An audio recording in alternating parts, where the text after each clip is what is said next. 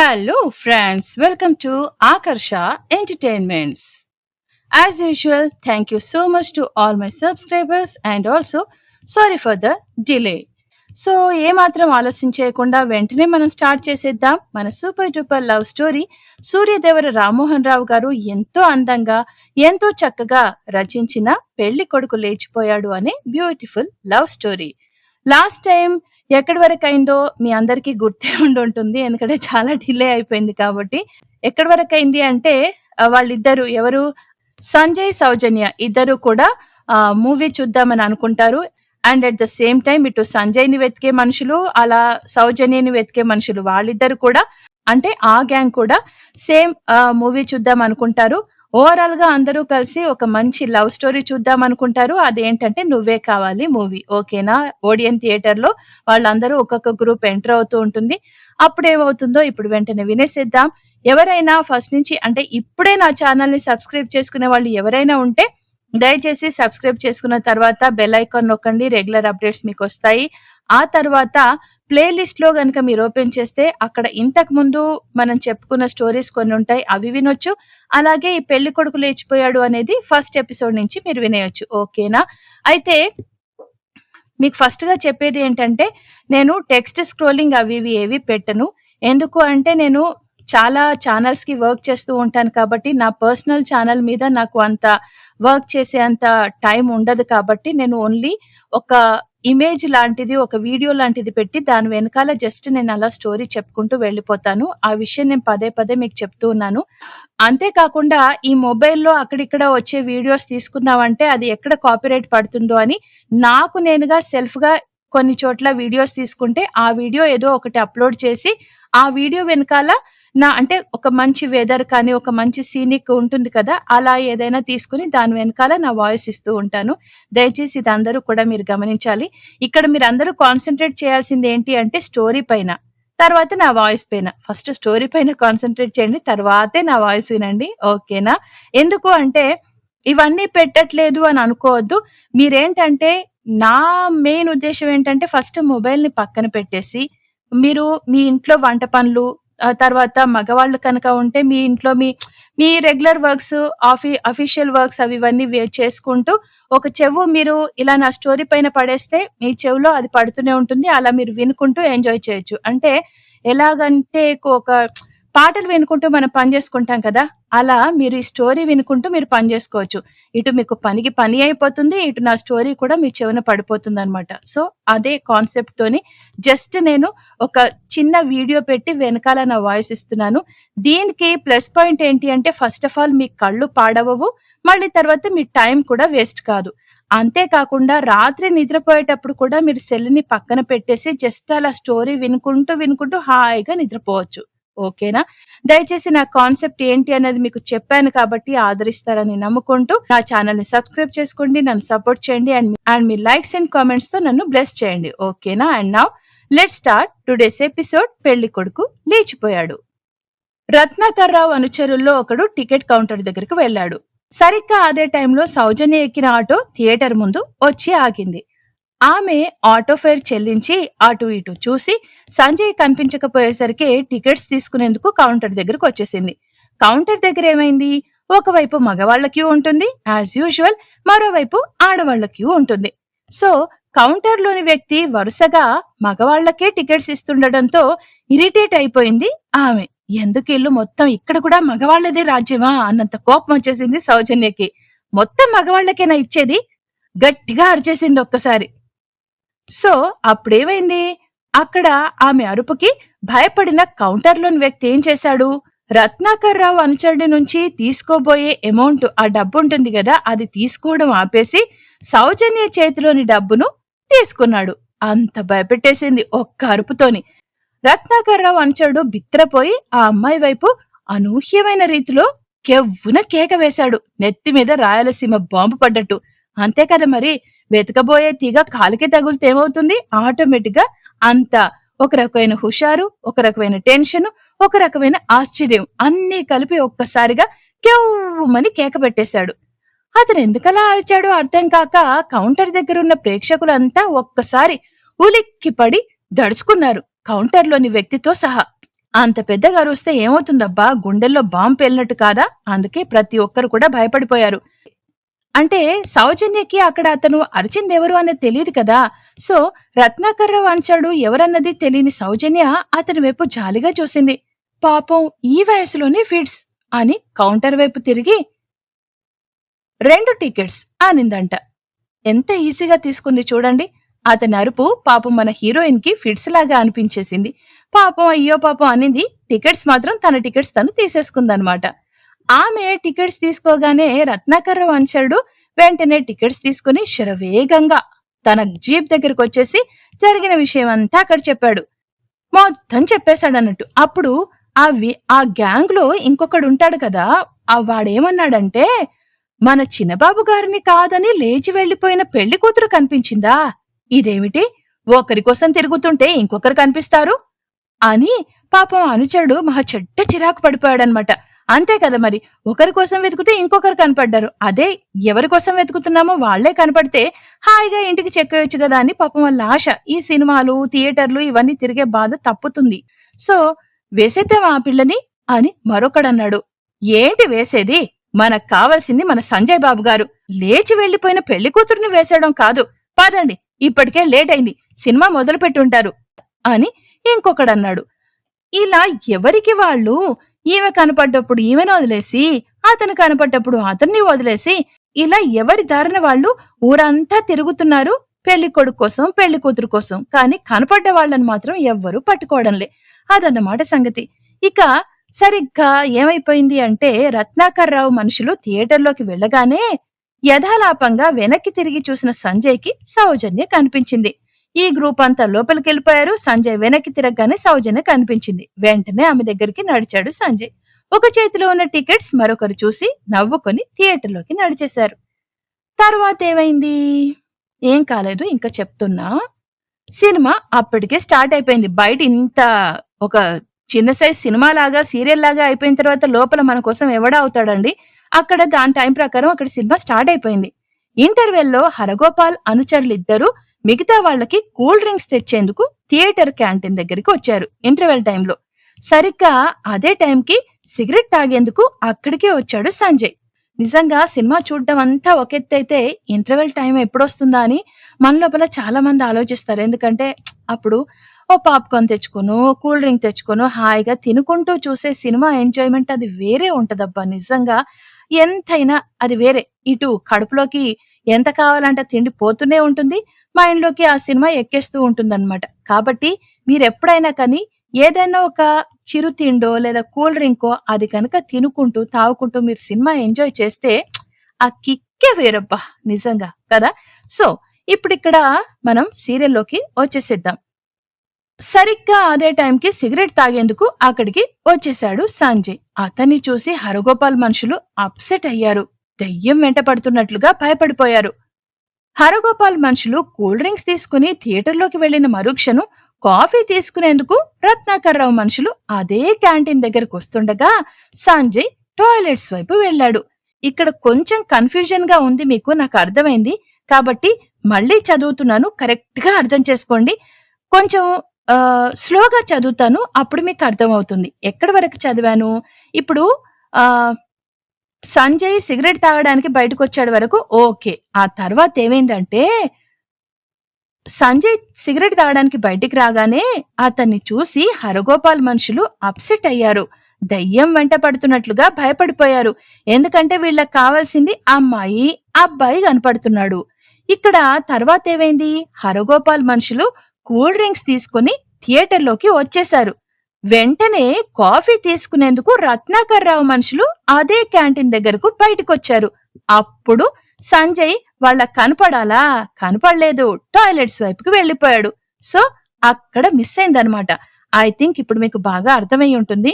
తర్వాత next scene ఏమైంది అంటే, రత్నాకర్రావు మనుషులు కాఫీ తీసుకుని సిప్ చేస్తుండగా సంజయ్ ఎంతకీ రాలేదని సౌజన్య థియేటర్‌లోంచి క్యాంటీన్ దగ్గరికి వెళ్లి 2 కూల్ డ్రింక్స్ తీసుకుంది. ఇక్కడ రత్నాకర్రావు మనుషులున్నారు. వాళ్ళు సంజయ్‌ని చూడాలి. కానీ వాళ్ళకెదురైంది సౌజన్య అన్నమాట. సౌజన్య వచ్చి సంజయ్ ఎంతకి రావటం లేదని బయటకొచ్చి 2 కూల్ డ్రింక్స్ తీసుకుంది. ఆమెను చూస్తూనే రత్నాకర్రావు మనుషులు భూమి కదిలిపోయినట్లుగా ఫీల్ అయిపోయి వెంటనే వాళ్ళు థియేటర్లోకి వెళ్లిపోయారు. వాళ్ళలా లోపలికి వెళ్ళగానే, అంటే ఇప్పుడు మీకు క్లియర్ గా అర్థమై ఉంటుంది, రత్నాకర్రావు మనుషులకి సంజయ్ కావాలి, హరగోపాల్ మనుషులకి సౌజన్య కావాలి. ఒకరికొకరు ఆపోజిట్ గా ఎదురు పడుతున్నారన్నమాట. వాళ్ళలా లోపలికి వెళ్ళగానే సంజయ్ టాయిలెట్ నుంచి క్యాంటీన్ దగ్గరకు వచ్చాడు. మరి కాసేపు అయ్యాక సంజయ్, సౌజన్య ఇద్దరు హాయిగా థియేటర్లోకి వెళ్లిపోయారు.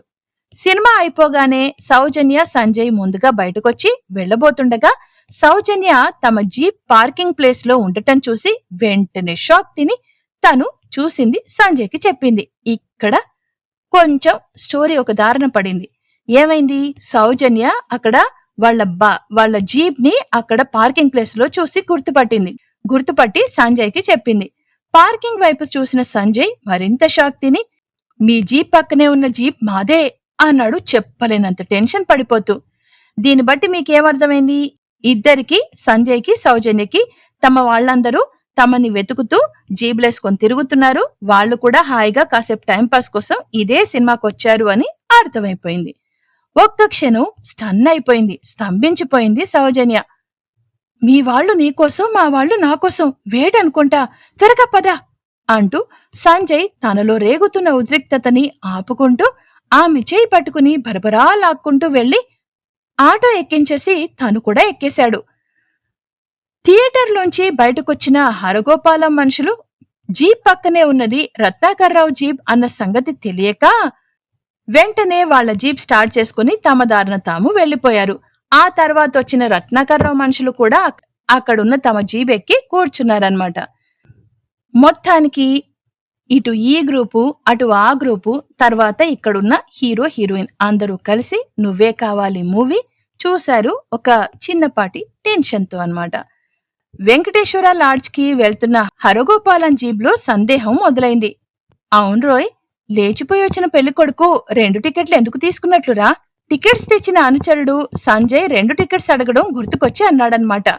2 టికెట్స్ తీసుకున్నాడా? ఏ పిల్ల కోసమైతే లేచొచ్చాడో ఆ పిల్ల కోసం మరో టికెట్ తీసుకుని ఉంటాడు. ప్రతి విషయానికి నువ్వలా దిగులు పడకో అన్నాడు ఇంకొక అనుచరుడు.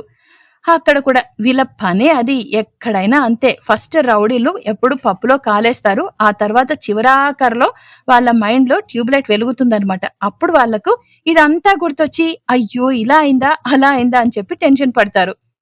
ఆ తర్వాత ద్వారకా లాడ్జ్ కి వెళ్తున్నా అంటే ఇక్కడ ఎవరు, వెంకటేశ్వర లాడ్జ్ కి హరగోపాలం వాళ్ళు వెళ్తున్నారు, ద్వారకా లాడ్జ్ కి రత్నాకర్రావు వెళ్తున్నారు. ద్వారకా లాడ్జ్ కి వెళ్తున్న రత్నాకర్రావు జీబ్ లో కూడా సేమ్ అదే డౌట్ వచ్చింది. నాకు ఆ విషయం ఇప్పటికీ అర్థం కావడం లేదు అన్నాడు టికెట్స్ తీసుకొచ్చిన అనుచరుడు. ఏ విషయం? మరో అనుచరుడు అడిగాడు. లేచిపోయి వచ్చిన పెళ్లి కూతురు 2 టికెట్స్ ఎందుకు తీసుకుందిరా అని అన్నాడు. సౌజన్య 2 టికెట్స్ అడిగిన విషయం గుర్తు తెచ్చుకుంటూ అన్నాడు. 2 టికెట్స్ తీసుకుందా ఆ పిల్ల? బహుశా తను ఏ పిల్లాడి కోసం లేచిపోయి వచ్చిందో ఆ పిల్లాడి కోసం అయ్యుంటుంది. పదే పదే వర్రీ కాబాకో అన్నాడు ఇంకో అనుచరుడు అసహనంగా. అదన్నమాట సంగతి. మొత్తానికైతే వీళ్ళిద్దరూ ఈ గ్రూపు ఆ గ్రూపు సేమ్ లైన్ లో ట్రావెల్ చేస్తున్నారు. వెంకటేశ్వర లాడ్జ్ లో జీప్ ఎంటర్ అవుతుండగా మన అమ్మాయి గారిని కాదని లేచిపోయి వచ్చిన పెళ్లి కొడుకు 2 టికెట్ తీసుకున్నది మన అమ్మాయి గారి కోసం కాదు కదా? హరగోపాలం అనుచరుడొకడు తన అనుమానం వ్యక్తం చేశాడు. నీకసలు బుద్ధి లేదు. అలా అయితే పెళ్లి కొడుకు ఎందుకు లేచిపోయాడు పెళ్లిలోంచి? అవును నిజమే అని ఒప్పుకున్నాడు అనుమానం వ్యక్తం చేసిన అనుచరుడు. అదండి సంగతి. కాని ఇక్కడ వీడికొచ్చిన డౌట్ కరెక్టే. కానీ ఇక్కడ ఇంకొకడు అలా అయితే ఇలా ఎందుకవుతుంది అని కొంచెం అలా ఒక చిన్నపాటి క్లారిఫికేషన్ ఇచ్చినట్టు చేయగానే ఓ కరెక్టే కదా, అట్లెందుకు వస్తాడు అని చెప్పి మళ్ళీ వాడు వెనకడిగేస్తాడనమాట. అంతేగాని దాని గురించి కొంచెం ముందుకెళ్ళి ఇలా శోధించేటట్టుగా చేస్తే అప్పుడు కథ వేరేలాగా ఉండేది. సో అలా అయిందన్నమాట. మొత్తానికైతే కొంచెం డౌట్ వచ్చినట్టే వచ్చి ఆ తర్వాత సరేలే అలా కాదులే అని చెప్పి ఊరుకున్నాడు.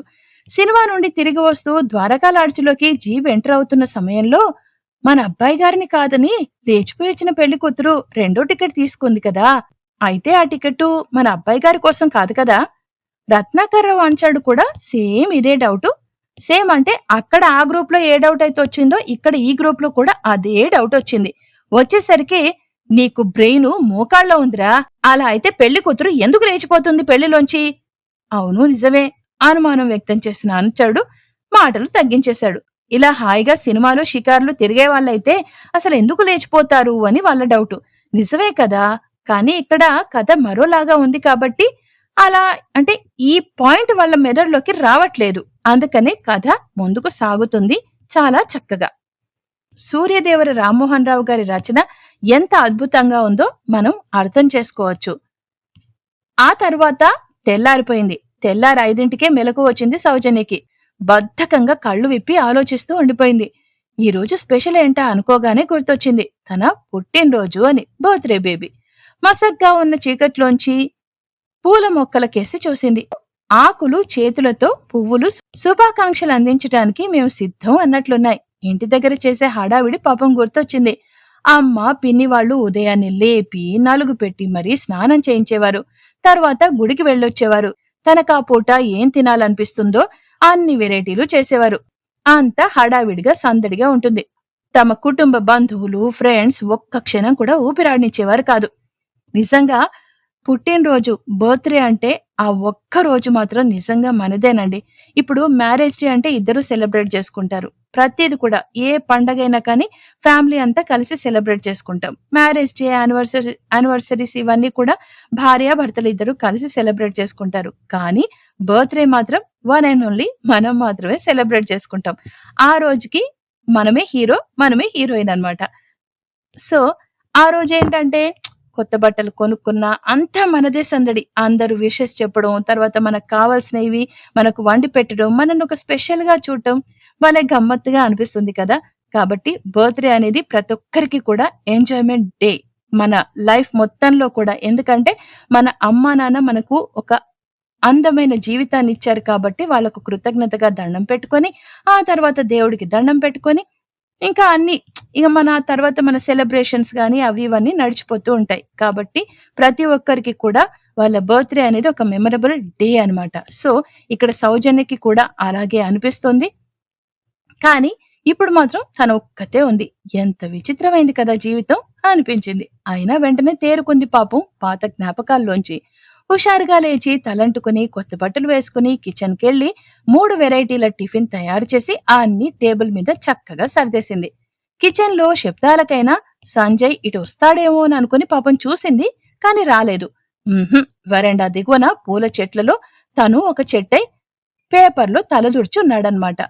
ఆఫీస్‌కి టైమవుతుందనుకోగానే లేచి స్నానం చేసి వెంటనే బయలుదేరిపోయాడు. వెళ్ళొస్తా.